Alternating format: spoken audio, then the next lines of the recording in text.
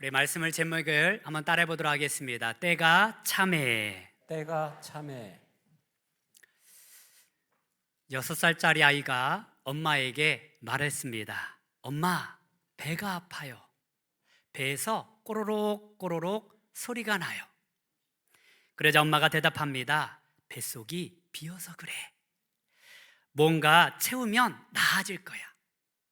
그리고 밥을 먹었는데 정말 배가 나았습니다. 그런데 그날 마침 신방 예배가 있었습니다. 이제 목사님과 함께 예배를 드리고 난 뒤에 목사님이 오늘따라 머리가 아프다라고 이야기하는 것입니다. 그때 이 아이가 이 어른들의 대화에 끼어들었습니다. 목사님, 머리가 아프세요? 오늘따라 머리가 아프네? 그러자 이 아이가 말합니다. 머릿속이 비어서 그래요. 머릿속에 뭘 좀 채우면 나아질 거예요. 여러분, 우리 살다 보면 비어있는 공간이 있을 수 있습니다. 때로는 우리의 삶 가운데 공허한 마음이 있을 수 있어요. 뭔가 채워지지 않는 마음. 이러한 마음 때문에 늘 갈망하고 또한 허무한 세월을 보내는 사람들이 있습니다. 바라기는 그 마음에 하나님의 사랑과 은혜로 채워지기를 간절히 소망합니다. 때로는 살다 보면 빈 시간들이 있습니다. 여러분, 비어있는 시간들을 무엇으로 채우고 있습니까? 그저 그 남은 시간들 SNS나 아니면 유튜브 쓸데없는 것으로 채우고 있지는 않습니까? 그 남아있는 빈 시간들을 주님의 말씀으로 채우시기를 바랍니다. 그 시간 하나님 앞에 찬양하고 기도하시기를 바랍니다. 여러분, 우리의 공허한 마음, 우리의 비어있는 시간들 오직 주님의 은혜로 채우는 저와 여러분들이 되기를 바랍니다. 오늘 말씀은 이렇게 시작합니다. 때가 참해. 오늘 말씀 우리 4절에서 5절 말씀을 한 번 더 같이 보도록 하겠습니다. 시작. 때가 참해 하나님이 그 아들을 보내사 여자에게서 나게 하시고 율법 아래에 나게 하신 것은 율법 아래에 있는 자들을 속량하시고 우리로 아들의 명분을 얻게 하려 하심이라. 아멘. 때가 참해. 이 때가 참해라는 말은요, 헬라어로 플레로마투 크로누라는 말입니다. 한번 따라해 볼까요? 플레로마투 크로누. 이 클레로마라는 것은요, 바로 채우다라는 뜻을 가지고 있어요. 그런데 무엇으로 채웁니까? 그 시간을 뭔가 물질로 채우듯이 채우다라는 표현을 지금 사도 바울은 하고 있는 것입니다. 여러분, 시간은 눈에 보이지 않습니다. 그럼에도 놀랍게도 사도 바울은 공간적 개념으로 해석하고 있습니다. 우리의 비어있는 그 시간들을 여러분들은 무엇으로 채우고 있습니까? 하나님은 그 비어있는 시간들을 의미 있는 것으로 채워주시는 분인 줄 믿습니다. 우리가 시간 하면 그냥 똑딱똑딱 흐르는 시간으로 볼 수 있지만 이 성경에서는요, 시간을 두 가지 의미로 바라보게 됩니다. 첫 번째는요, 크로노스입니다.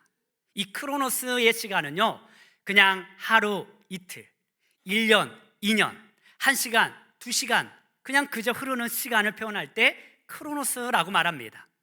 하지만 하나님의 때, 하나님께서 의미 있는 시간들로 채울 때 그 시간은요, 카이로스의 시간을 사용합니다.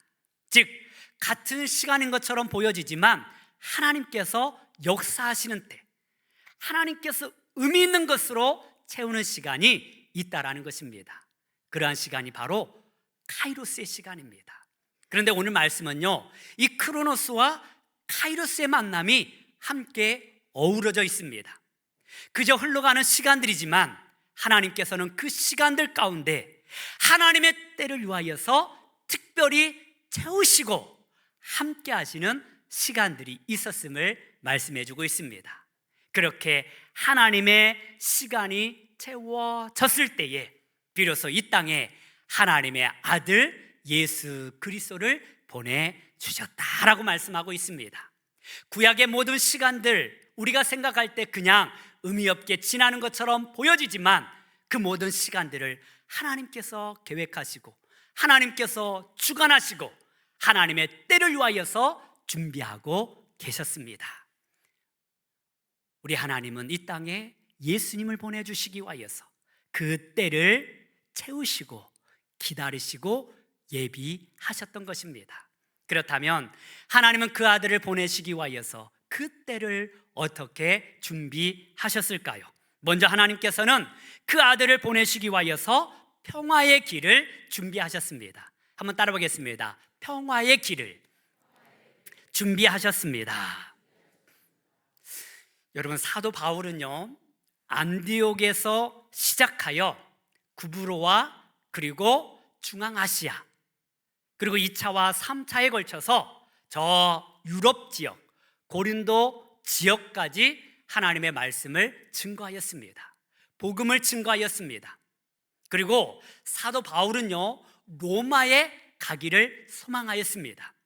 왜 로마에 가기를 소망하였을까요? 우리 로마서 15장 23절에서 24절 말씀을 같이 한번 보도록 하겠습니다. 시작. 이제는 이 지방에 일할 곳이 없고 또 여러 해 전부터 언제든지 서바나로 갈 때에 너희에게 가기를 바라고 있었으니 이는 지나가는 길에 너희를 보고 먼저 너희와 사귐으로 얼마간 기쁨을 가진 후에 너희가 그리로 보내주기를 바람이라. 아멘. 사도 바울이 이 로마를 가기를 원했던 것은 그 당시 땅끝이라고 생각했던 서바나, 오늘날 스페인을 가기 위하여서 이 로마에 들리기를 소망하였습니다. 여러분, 그 당시 모든 길은 로마로 통한다라는 말이 있었습니다. 이 로마 제국은요, 그 유럽 지역과 아시아 지역 그리고 이 아프리카 지역까지 대제국을 만들었습니다. 그리고 이 제국을 건설하고 제일 먼저 한 것이 도로를 까는 거였어요. 도로를 잘 내야만이 군사가 잘 이동할 수 있었고 또한 물류가 잘 통함으로 말미암아 경제적으로도 발전할 수가 있었습니다. 그 오랜 시간 이 로마라는 제국은요, 그 모든 나라들을 다스리면서 길을 닦았다라는 것입니다. 그래서 그 당시 팍스 로마나라고 해서 참된 평화가 도래되었고 평화의 시대라고 사람들은 생각하였습니다. 역사적으로 볼 때 로마가 다스리는 그 강대국으로 말미암아 모든 나라들이 평화의 시대를 맞이한 것입니다. 모든 도로가 원활하게 잘 만들어졌습니다. 우리 그 당시 만들어졌던 도로를 한번 보여주시기를 바랍니다. 네, 이렇게 도로를 만드는데 오늘날 고속도로 내듯이 이렇게 잘 닦여진 도로가요, 그 유럽 전 지역과 아시아 지역, 아프리카까지 이어지고 있었다라는 거예요. 이것을 통하여서 이 로마는 큰 제국을 유지할 수 있었습니다. 그런데 역사적으로 보면 이 로마라는 나라가 이러한 것을 이루었다라고 생각할지 모르겠지만 이 길을 통하여서 주의 복음이 증거되었다라는 사실입니다. 사도 바울이 그렇게 모든 세계를 돌아다니며 하나님 말씀을 증거할 수 있었던 것은 이 도로가 잘 깔려져 있었기 때문에 가능했던 것입니다. 그런데 이 일을 누가 만들었을까요? 누가 이루셨을까요? 사람들이 이루었다라고 생각할지 모르겠습니다. 그러나 아닙니다. 하나님은 하나님의 때를 위하여서 그 모든 역사의 손길을 불어 넣으심으로 말미암아 하나님의 길을 준비하여 주신 줄 믿습니다. 수많은 선지자를 통하여서 주의 길을 예비하라, 주의 길을 평탄하게 하라 라고 말씀하셨지만 정작 그 모든 일들을 하나님께서 행하신 거예요. 따라서 우리 하나님은요, 일을 만드시는 여호와이십니다. 일을 성취하시는 하나님이십니다. 우리가 1년 동안 하나님께서 우리를 통하여서 이루고자 하는 많은 일들을 행하였습니다.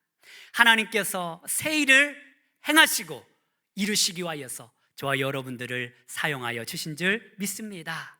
올 한 해 열심히 달려왔지요. 우리가 공동체 성경 읽기를 통하여서 연대기적 성경을 다 보았습니다. 소그룹 활동을 통하여서, 브런치 알파를 통하여서 우리 세 가족들이 잘 교육을 받았습니다. 그리고 많은 일들을 감당하였습니다. 하나님께서 일을 만드시고 행하시고 이루신 줄 믿습니다. 앞으로 예수님이 오시는 그날까지 우리 하나님은 일을 멈추지 아니할 것입니다. 따라서 저와 여러분들도 다시 오실 주님을 기대하며 하나님의 길을 만들어 나가는 귀한 은혜가 있기를 소망합니다.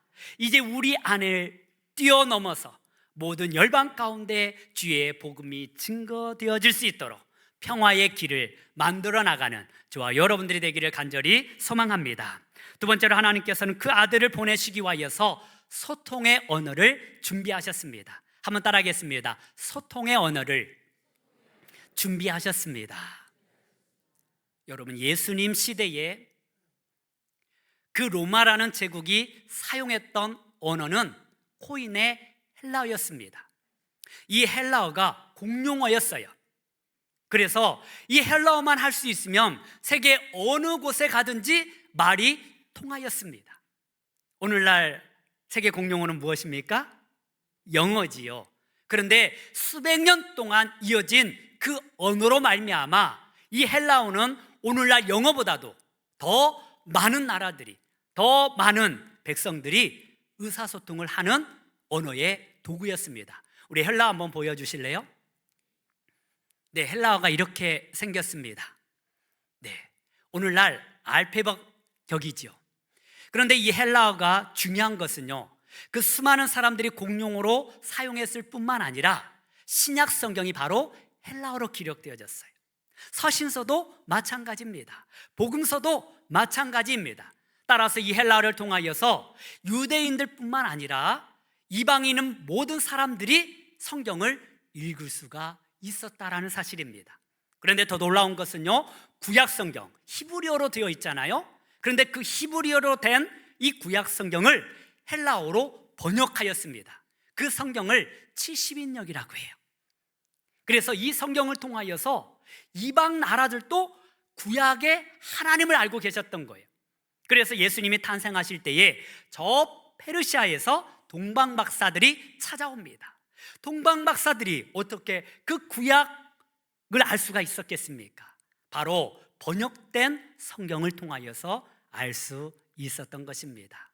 이 언어를 통하여서 주의 복음이 증거되어진 거예요.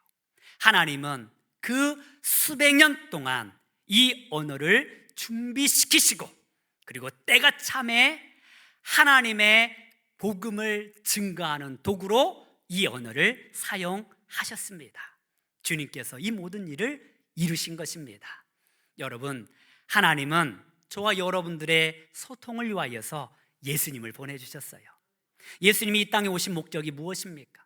우리가 아무리 하나님 말씀을 읽어도 하나님에 대하여서 온전히 알지 못해요. 주의 말씀을 다 깨달을 수가 없어요. 어찌 인간으로서 하나님의 뜻을 다 알 수가 있겠습니까? 그래서 하나님이 친히 사람이 되어주신 거예요. 쉽게 말하자면 사람이요, 돼지가 된 겁니다.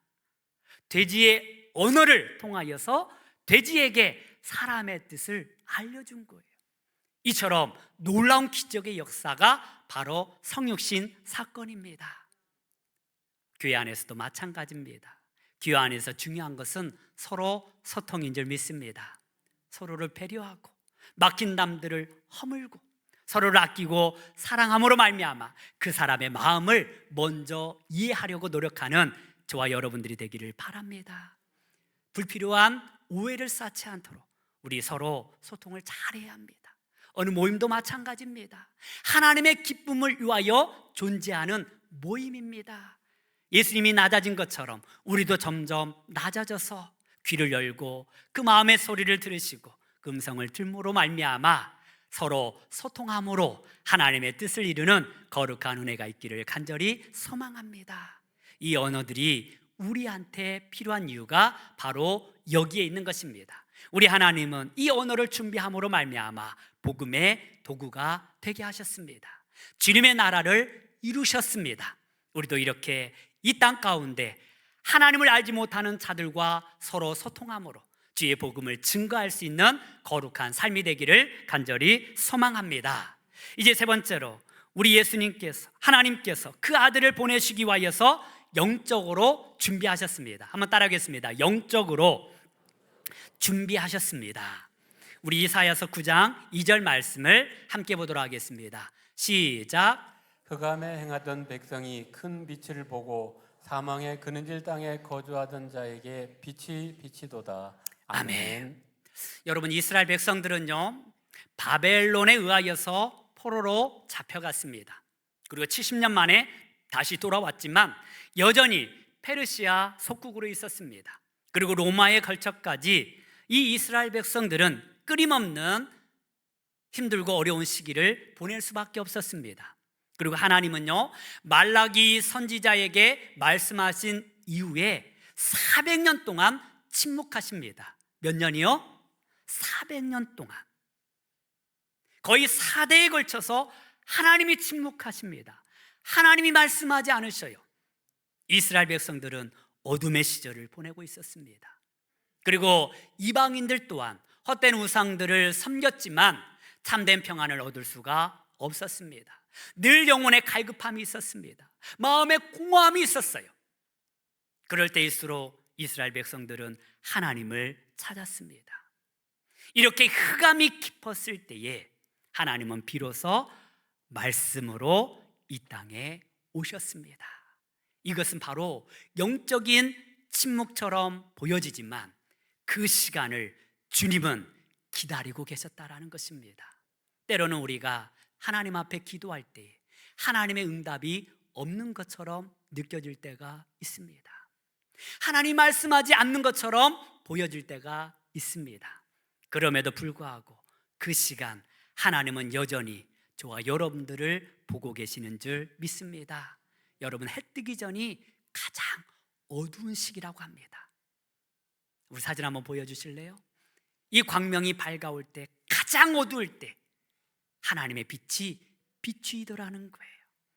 여러분, 우리가 힘들고 어렵고 하나님의 응답이 없을 때에 주님의 때를 기다리라는 하나님의 응답인 줄 믿습니다. 우리가 채워야 할 기도의 분량이 있는 거예요. 기다려야 할 소망이 있는 거예요. 낙심하지 마시고 흑암이 가장 깊을 때에 주님께서 말씀하신다라는 그 말씀을 믿으시고 우리가 포기하지 않고 주님 앞에 날마다 기도하시기를 바랍니다. 이 이스라엘 백성들, 이방인들이 가장 공허할 때, 가장 영적으로 갈급할 때에 비로소 우리 예수님이 말씀으로 오셨습니다. 그리고 이 땅을 구원하여 주셨습니다. 그렇습니다. 그저 시간이, 크로노스의 시간이 흘러가는 것처럼 보여졌지만 그 모든 시간들 가운데 하나님은 역사하셨고 하나님은 주관하여 주셨고 그 모든 때가 참에 드디어 하나님의 아들 예수 그리스도를 이 땅에 태어나게 하여 주신 줄 믿습니다. 그리고 오늘 성경은 예수님이 이 땅에 오신 결정적인 이유에 대하여서 이렇게 말씀하고 있습니다. 우리 말씀 6절에서 7절 말씀 같이 한 번 더 보도록 하겠습니다. 시작. 너희가 아들이므로 하나님이 그 아들의 영을 우리 마음 가운데 보내사 아빠 아버지라 부르게 하셨느니라. 그러므로 내가 이후로는 종이 아니요 아들이니 아들이면 하나님으로 말미암아 유업을 받을 자니라. 아멘. 때가 참에 하나님께서 예수님을 이 땅에 보내주셨습니다. 그리고 예수님을 믿고 하나님을 아는 자들에게 하나님은 우리의 아버지가 되어 주셨습니다. 저는 1977년 2월 27일 전라북도 진안군 성수면 자포리 1421번지에서 태어났습니다. 저는 4명의 아들 가운데 막내로 태어났습니다. 요즘은요, 딸 둘에 아들 하나면 금메달이라고 합니다. 그리고요, 딸 둘이면요, 은메달이라고 합니다. 그리고 아들 하나, 딸 하나면 동메달, 그리고 아들 둘이면 목메달이라고 합니다. 저희 어머니는 아들만 4명을 낳았어요. 목을 2번을 매달아야 됩니다. 근데 오해하지 마세요. 이 목은 나무 목자입니다. 이렇게 네 번째 아들로 태어났어요. 그런데 안타깝게도 제가 태어나기 한 달 전에 저희 아버님이 돌아가셨습니다. 그래서 저는 아버님의 얼굴을 몰라요. 저희 어머니가 이제 아버지가 돌아가시고 난 뒤에 이렇게 사진을 보고 울기만 하니까 이 동네 아주머니들이 와가지고 이 사진들을 다 불에 태워버렸어요. 그래서 지금도 아버지 얼굴을 모릅니다. 그런데 저는 어린 시절을 참 행복하게 보냈던 것 같아요. 저희 동네는 이름이 산막입니다. 앞에도 산, 뒤에도 산, 옆에도 산, 산으로 꽉 막혀 있다고 해서 산막입니다. 저는 어린 시절 봄이면 진달래 따서 먹고 그냥 산으로 들러 뛰어다녔습니다. 여름이면 개울가에서 물놀이 하며 물장구 치며 행복한 시절을 보냈어요. 가을이면요, 이 밤 따로 산을 온갖 헤매었던 기억이 납니다. 겨울에는 막 눈썰매 타는데요, 그 비닐포대 가지고 막 그 묘지에서 타는데요, 그 이름 모를 묘지는 시끄러웠을 것입니다. 이렇게 어린 시절을 행복하게 보내었는데요, 가장 문제는 학교의 문제였습니다. 이제 제가 초등학교에 들어가게 됐는데요, 초등학교에 가려고 하면 저희 집에서 한 4km를 가야 돼요. 산을 2고개를 넘어서 그리고 강을 건너야 했습니다. 강을 건너서 한참을 걸어가야 학교에 갈 수 있었어요. 그래서 학교까지 가는데 적어도 1시간이 걸렸습니다. 그리고 비만 오면요, 이 강물이 이렇게 흘러 넘치잖아요. 그러면 학교를 가지 못했습니다. 학교에서도 공부하다가 갑자기 막 비가 쏟아지면 산막 아이들 운동장에 모여주세요 하고 방송이 나왔어요. 그러면 이제 아이들이 모여서 다시 집으로 오는 거예요. 그래서 우리 아이들은요, 거의 방학이 한 달 먼저 시작되었습니다. 장마가 시작되어지면 여름방학이 시작되었어요. 그래서 우리 동네 아이들은 다 공부를 별로 못했어요. 학업이 문제였어요. 그래서 제가 초등학교 2학년 때에 이제 저희 어머니가 이사를 하게 됩니다. 그래서 학교 근처로 이제 이사를 하게 되면서 제가 초등학교 2학년 때 처음으로 교회를 나가기 시작했어요. 교회 나가면 간식도 주고요, 또 장난감을 가지고 노는 재미가 굉장히 즐거웠습니다. 집에서는 장난감이 없었거든요. 그렇게 이제 1년을 교회를 다니고 3학년 때가 되었는데요, 한 여름 좀 지나갈 무렵에 제 발에 이렇게 막 물집이 생기는 거예요. 그래서 1-2가지 생기다가 두 발에 막 물집이 가득하게 생긴 겁니다. 근데 대수롭지 않게 여겼지요. 우리 저희 어머니는 이제 남의 일 많이 다니기 때문에 저에 대해서 많이 신경을 써주지 못했어요. 그래서 이제 발이 이렇게 물집이 나중에는 터지더니 고름으로 변하게 되는 겁니다. 그래서 더 이상 제가 걷지 못한 상태가 되었습니다. 그래서 걷지 못하니까 이제 저희 어머니가 알게 된 거죠. 깜짝 놀라서 저를 안고 이제 동네 병원을 찾아갔습니다. 병원에 찾아갔더니 왜 이토록 내버려 두었느냐, 지금 이 살이 썩고 만약에 뼈까지 썩게 되면 이거 2다리 자를지도 모른다, 큰 병원 가보라 해서 이제 저희 어머니가 저를 업고 이제 큰 병원을 가게 되는데요, 버스를 탔는데 굉장히 날씨가 더웠어요. 근데 막 이제 다리에서 막 진물이 떨어지니까, 고름이 떨어지니까 차를 타지 못하게 하는 거예요. 그러자 저희 어머니가 막 양말을 그 아픈 발에 막 신겼어요. 그리고 이제 큰 병원에 가게 되었죠. 병원에 가니까 이제 양말을 벗기고 어느 약품에 이 발을 꽉 담그더라고요. 약품에 발을 담그고 그게 소독한 것 같아요. 그리고 이제 핀셋으로 막 딱지를 이렇게 떼는데 정말 아팠습니다. 얼마나 아프든지 막 소리를 고래고래 지르니까 이 간호사 2명이 저를 딱 보더니 팔다리를 꽉 잡는 거예요. 그리고 이제 거기에다가 약을 바르고 붕대를 감게 됩니다.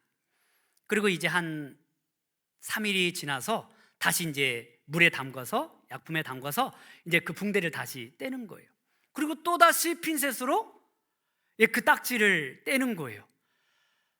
마취도 하지 않고 초등학교 3학년짜리를 그렇게 하는데요, 그럴 때마다 정말 고래고래 소리 지르며 정말 울었던 것 같아요. 얼마나 아팠을까요? 그렇게 한 20일 동안 치료를 하니까 병이 나았어요. 다리가 나아서 이제 퇴원을 하게 됩니다. 퇴원을 하고 난 뒤에 한 일주일이 되었을까요? 다시 또 발에서 물집이 생기기 시작하는 것입니다. 그렇게 물집이 생기더니 그것이 커지면서, 전체로 퍼지면서 고름으로 변합니다. 그러면서 딱지가 생겨요. 또 병원을 찾았습니다. 그렇게 병원에 찾을 때는 좀 낫는 것처럼 보여지지만 집에 돌아오면 또 재발됐어요. 그래서 한 봄에서부터 한 가을 끝날 때쯤까지 이것이 계속해서 반복되는 거예요. 계속 이제 병원에 갈 수가 없으니까 이제 막 민간요법을 다 사용했습니다. 안 해본 것이 없는 것 같아요. 뭐 몸에 좋다는 약들도 다 먹어보고, 또 막 그 감나무 잎사귀를 물에 담궈서 그물로 씻으면 뭐 낫는다 해가지고 씻기도 하고, 이것저것 다 해봤지만 낫지가 않았습니다. 심지어 저희 어머니는 그 유명한 무당 할머니 이름도 기억나요. 여수할매. 국까지 하면서 제 병을 치료하려고 했습니다. 그런데 이 무당이 뭐라고 한지 아십니까? 아버지 묘를 잘못 써서 그랬대. 어린 마음에, 아니 그런 아버지가 있을까? 아니 묘 잘못 썼다고? 그 아들 이렇게 병들게 해? 그래서 그 말이 믿어지지가 않았어요. 그렇게 이제 3년 동안 제가 거의 학교를 한 반절도 가지를 못했습니다. 그런데 제가 어느 날 집에서 이제 어머니 다 나가고 혼자 천장을 바라보고 있는데 이 주일학교에서 배웠던 말씀들이 생각나는 거예요. 우리 예수님 병든 자들을 고치시고 심지어 죽은 자까지 살리셨는데 혹시 하나님께 기도하면 낫지 않을까? 그래서 그때부터 제가 하나님 앞에 기도하기 시작했어요. 혼자 집에 홀로 있으면서 하나님 앞에 기도했어요. 하나님, 제 병을 낫게 해주시면, 제 발만 낫게 해주시면 하나님의 일을 하겠습니다 라고 고백했어요. 하나님의 일이 뭔지도 몰랐어요. 그런데 하나님 제 병을 낫게 해주시면 하나님의 일을 하겠습니다. 그리고 하나님 앞에 찬양했어요. 예수님이 말씀하시면 물이 변하여 포도주가 된대. 예수님, 예수님 나에게도 말씀하셨어. 새롭게 변화시켜 주소서. 예수님이 말씀하시면 죽은 나사로가 살아났다네. 예수님이 말씀하시면 죽은 나사로가 살아났다네. 예수님 나에게도 말씀하셔서 새롭게 변화시켜 주소서. 정말 그 시간 하나님 앞에 그렇게 기도하며 찬양하며 그렇게 눈물의 시간을 흘려보냈습니다. 그런데요, 제가 이렇게 기도하는데 오늘 하나님께서 제 마음에 하나님의 음성을 들려주셨어요. 그러면서 하나님 말씀하시기를, 사랑하는 아들아, 내가 이제부터 너의 아버지가 되겠다. 제가 처음으로 아빠라는 소리를 듣게 되었어요. 하나님께서 너의 아버지가 되겠다, 나의 아버지가 되겠다라는 거예요. 그때부터 눈물이 나기 시작하는데요, 멈추지가 않는 거예요. 하나님 감사해요. 하나님 감사해요. 그때부터 제 마음이 평안해졌어요. 알 수 없는 기쁨이 흘러넘치기 시작했어요. 하나님 감사합니다. 그리고 그 다음 날부터 고름이 멈춰지고 딱지가 벗겨지는 거예요. 그리고 그 안에서 새살이 돋아나기 시작했어요. 그리고 시간이 지나도 재발되지 않았습니다. 하나님이 나의 기도를 들어주셨습니다. 하나님이 나의 질병을 고쳐주셨습니다. 그리고 제가 지금까지 여기까지 오는 동안 하나님은 하나님의 일을 행하셨습니다. 그리고 저의 소원대로 저는 주님의 종이 되었고 이 자리에 서서 주의 말씀을 증거하는 사람이 되었습니다. 여러분은 어떠한 말이 가장 위로가 됩니까? 어떠한 말이 가장 좋습니까? 아버지가 없던, 제가 태어나기 한 달 전에 돌아가신 얼굴도 모르는 그 아버지, 저는 알 수 없지만 하나님은 저의 아빠, 아버지가 되어주셨습니다. 그리고 변함없이 하나님께서 나를 사랑하시고 나를 인도해 주셨습니다. 그렇습니다. 예수님이 이 땅에 오신 이유는요, 저와 여러분들을 아빠, 아버지로 부르시기 위하여서 예수님이 오셨습니다. 그 아빠, 아버지께서 오늘도 변함없이 저와 여러분들을 사랑하시는 줄 믿습니다. 하나님은 침묵하고 계시는 게 아니에요. 하나님은 하나님의 일을 행하고 계십니다. 내가 알 수 없지만, 내가 볼 수 없지만, 내가 깨달을 수 없지만 하나님은 여전히 우리의 아빠, 아버지가 되어주십니다. 그리고 주님 오시는 그날까지 저와 여러분들을 지키시고 보호하여 주실 것입니다. 오늘 말씀을 다시 한번 기억합시다. 때가 참에 하나님이 그 아들을 우리에게 보내사 우리로 하여금 아빠, 아버지로 부르게 하셨느니라. 저와 여러분들도 예수님이 오시는 그날까지 이제 겸손하게 주님의 길을 예비합시다. 이 땅 가운데 사도 바울처럼 하나님의 복음을 전하는 일에 아직도 하나님을 아버지라고 모르는 자들에게 평화의 기쁨의 소식을 전할 수 있는 우리 입술이 되기를 소망합니다. 또한 주님의 길을 준비합시다. 우리 예수님이 이 땅에 오시기에 좋게 하나님의 때를 준비하시고 소통의 언어를 통하여서 주의 복음을 증거하시기를 바랍니다. 하나님께서 저와 여러분들을 통하여서 이제 이 모든 길들을 예비하여 주시고 이 땅의 모든 백성들을 구원하여 주실 것입니다. 그리고 저와 여러분들을 영원토록 아버지가 되어주셔서 저희들을 눈동자와 같이 지키시고 보호하시며 이 땅 가운데 하나님의 의를 이루실 것입니다. 아빠, 아버지 되시는 그 하나님을 온전히 믿고 순종함으로 때가 찰 때까지 오롯이 주님의 길을 걷는 저와 여러분들이 되기를 주님의 이름으로 축원합니다. 기도하겠습니다.